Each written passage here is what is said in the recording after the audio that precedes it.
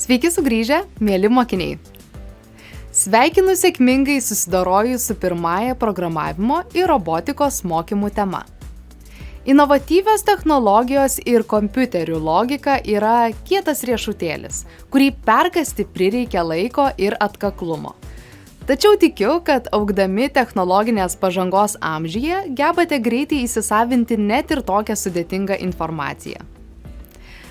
Šiandien pradedame naują, taigi antrą temą, kurioje atrasite dar spalvingesnį programavimo mokslą 3D modelių kūrime ir pabandysime sukurti įdomius bei praktiškai panaudojimus 3D modelius. Ar pasiruošę? Pradėkime.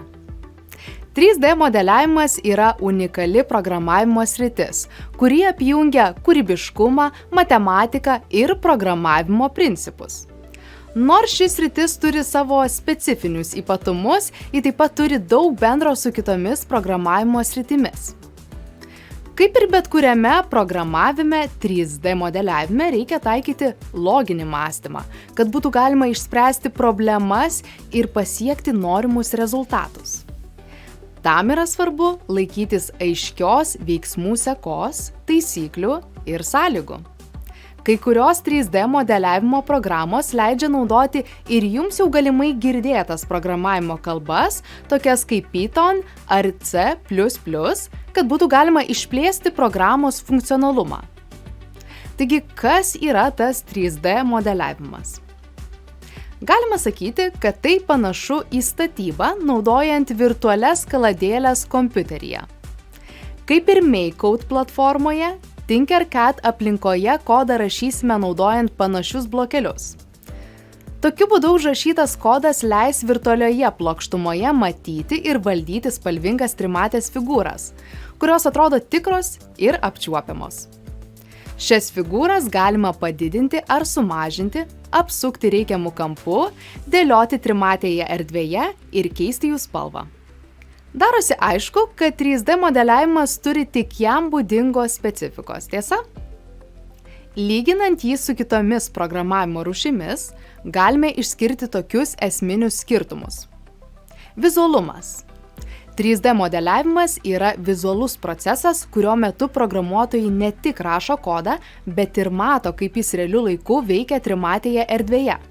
Tokiu būdu galima greitai ir lengvai įvertinti rezultatus ir atlikti reikiamas korekcijas. Pavyzdžiui, kuriant kompiuterinio žaidimo avatarą, galima matyti, kaip keičiasi jo veido išraiška, kai yra modifikuojami veido taškai. Erdvinis mąstymas. 3D modeliavimui reikalingas geras erdvinis mąstymas, kad galėtumėte vizualizuoti objektus trimatėje erdvėje ir suprasti, kaip jie susiję tarpusavyje. Pavyzdžiui, jeigu kuriate namų interjerą, tampa itin svarbu įvertinti, kaip baldai atrodys atitinkamų išmatavimų erdvėje. Ar nebus per dideli, ar neblokuos praėjimo, arba kaip žiūrėsis tam tikrų šviesos kritimo kampu kambaryje. Specializuotos programos. 3D modeliavimas reikalauja skirtingų įrankių ir vizualių priemonių, todėl mėgėjai arba programuotojai dirbantys šioje srityje naudojasi specializuotomis programomis, tokiomis kaip Tinkercad, Blender, Fusion 360, Maya ir panašiai. Šios ar panašios programos pasižymi plačia įrankių pasiūla, nuo modeliavimo iki animacijos bei vizualių efektų kūrimo. Matematika. Nors programavime naudojama daug matematikos, 3D modeliavime ji yra dar svarbesnė. Čia naudojamos matricos, vektoriai, trigonometrija, kad būtų galima apibrėžti objektų padėtį, dydį ir formą erdvėje.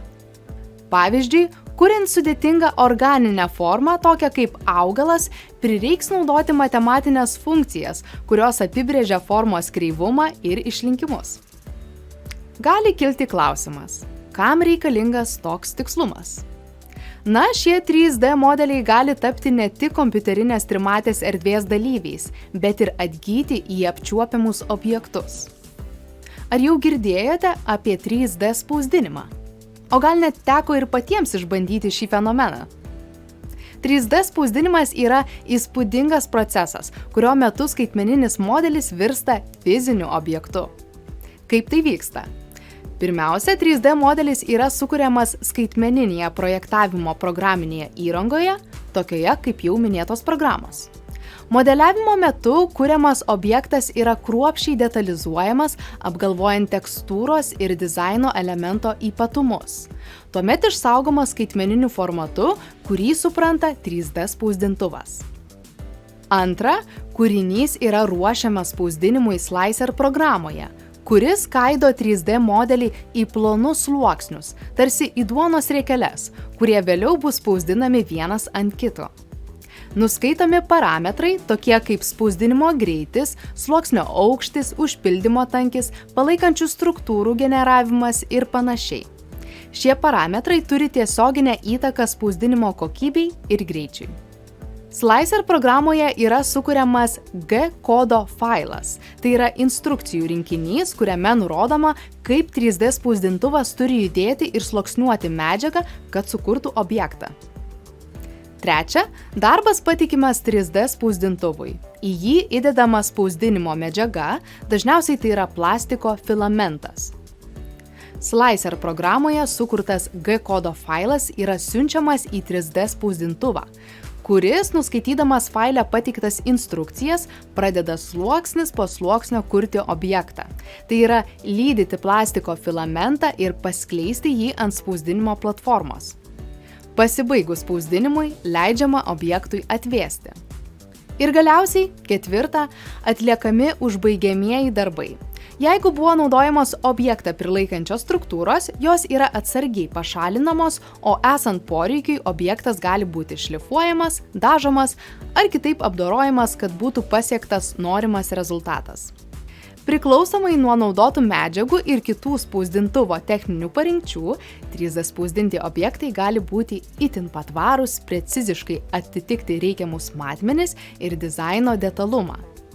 Šiuo laikotarpiu 3D spausdinimas neturi didelių apribojimų, mat gali sukurti bene bet kokį objektą.